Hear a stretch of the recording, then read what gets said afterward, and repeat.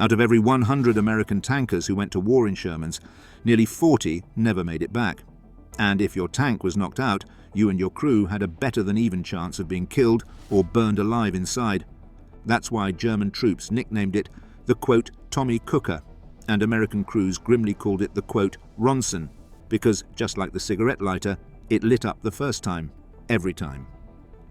So how did the most mass-produced Allied tank of the war also become one of the most feared places to serve? Let's find out. By 1940, the US Army knew it would need an entirely new generation of tanks if it was going to fight in Europe. The most recent American designs, like the M2 and M3 Lee, were undergunned and clumsy compared to German Panzer IIIs and IVs rolling across France. The answer was the M4 Sherman, which entered production in 1941.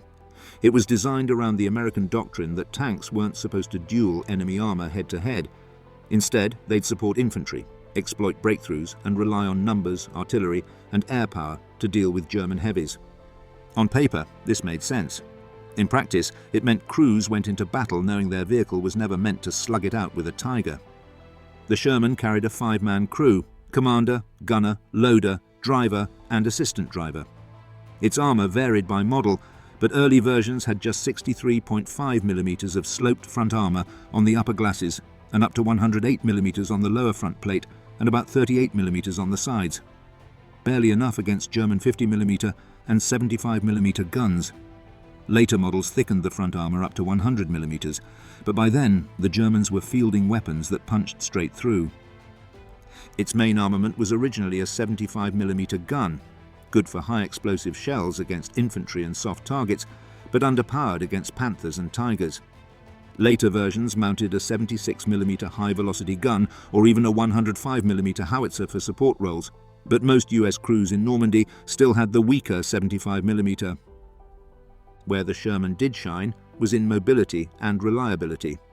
With a Ford GAA V8 engine and wide tracks, it could keep up with infantry, maneuver through mud, and run for long distances without breaking down, something German crews couldn't always say about their over-engineered Panzers. In fact, Shermans could manage about 25 to 30 miles per hour on roads and 120 miles on a full tank, making them highly dependable in long campaigns. And then there were the numbers. More than 49,000 Shermans rolled off American production lines by 1945. That dwarfed the roughly 6,000 Panthers and 1,300 Tigers built by Germany. Quantity had its own quality, but for the men inside, that was cold comfort. The Sherman saw its first major combat with the British at El Alamein in 1942. Against Panzer IIIs and early Panzer IVs, it performed well. Crews appreciated the spacious interior, the reliable engine, and the smooth turret rotation powered by hydraulics. But things changed fast. By 1943, Germany was fielding heavier armor like the Panther and Tiger. Suddenly, Shermans were dangerously outclassed. German 75mm high-velocity guns and 88mm cannons could penetrate a Sherman from over a mile away. Sherman gunners, in return, often had to close inside 500 yards just to have a chance. The result? Casualties mounted. Tankers quickly realized they were in a machine that gave them reliability and mobility, but not protection. The worst part wasn't just being hit, it was what happened next. Early Shermans used gasoline engines. The main cause of fire in Shermans was ammunition ignition, not just the fuel. With ammunition stored in side sponsons, unprotected by water jackets or armor, a penetrating hit often cooked off shells, which then ignited the fuel, turning the tank into an inferno within seconds. That's how the Sherman earned its infamous nicknames, quote, Ronson to Americans, quote, Tommy Cooker to the Germans. Although these were popularized more after the war than during it, studies later showed that up to 60 to 70% of knocked-out Shermans burned after being penetrated. Later in the war, US engineers tried to fix this by adding, quote, wet stowage, placing ammo racks in liquid-filled containers in the floor. This dramatically reduced the rates of penetration, causing a fire to around 10 to 15% compared to as high as 80% before. But for the crews who went into Normandy in 1944, the deadly reputation had already stuck.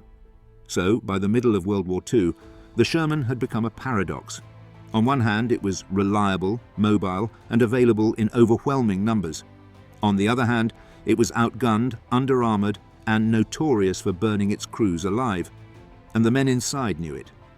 By 1944, Sherman crews were painfully aware they couldn't go toe-to-toe with German heavy tanks. A Tiger's 88mm gun could punch through a Sherman at 2,000 yards, while the Sherman's 75mm needed to close to within 500 yards, often point-blank ranges in combat.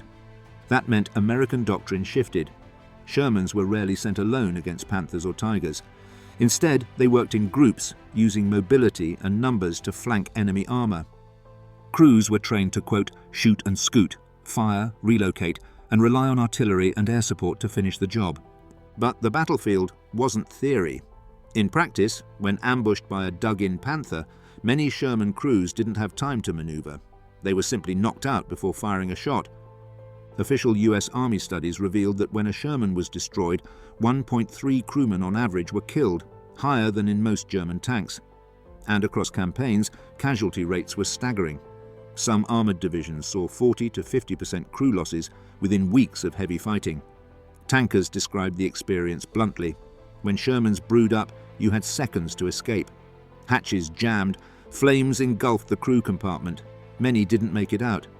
Survivors often carried scars, burns, or lifelong trauma from those seconds of fire.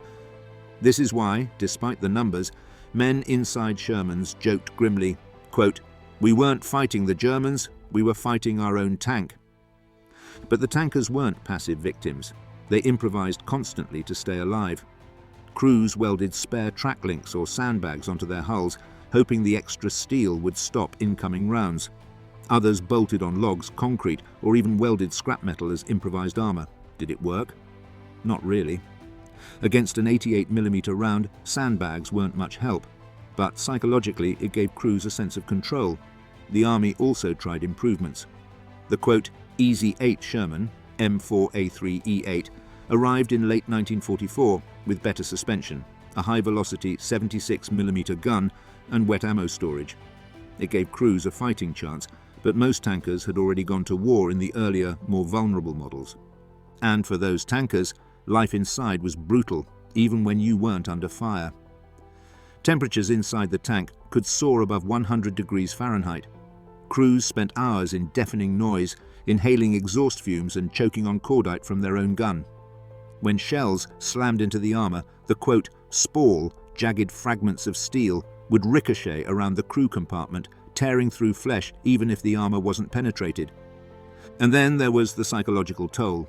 Tankers knew they were priority targets. German anti-tank gunners, panzer crews, and infantry with Panzerfausts aimed for Shermans first, knowing that killing the tanks could unravel American infantry formations. So why, despite everything, did the Sherman become a symbol of Allied victory? Because war isn't just about having the best machine, it's about having enough machines, and ones that can keep fighting. The Sherman could be built fast, repaired easily, and shipped anywhere in the world. When one was knocked out, another rolled off the production line to replace it. German crews might have had the edge in armour and firepower, but by 1944 they were hopelessly outnumbered. For every Tiger, there were dozens of Shermans. And when supported by American artillery and air power, Shermans did their job. They kept moving, kept advancing, and ultimately broke the back of the Wehrmacht. By the war's end, more than 49,000 Shermans had been produced. They served not only the US, but also the British, Canadians, Soviets, and Free French. For better or worse, the Sherman became the Allied tank of World War II. To the men who fought in them, it was a love-hate relationship. The Sherman was their coffin on tracks, but also the machine that carried them forward to victory.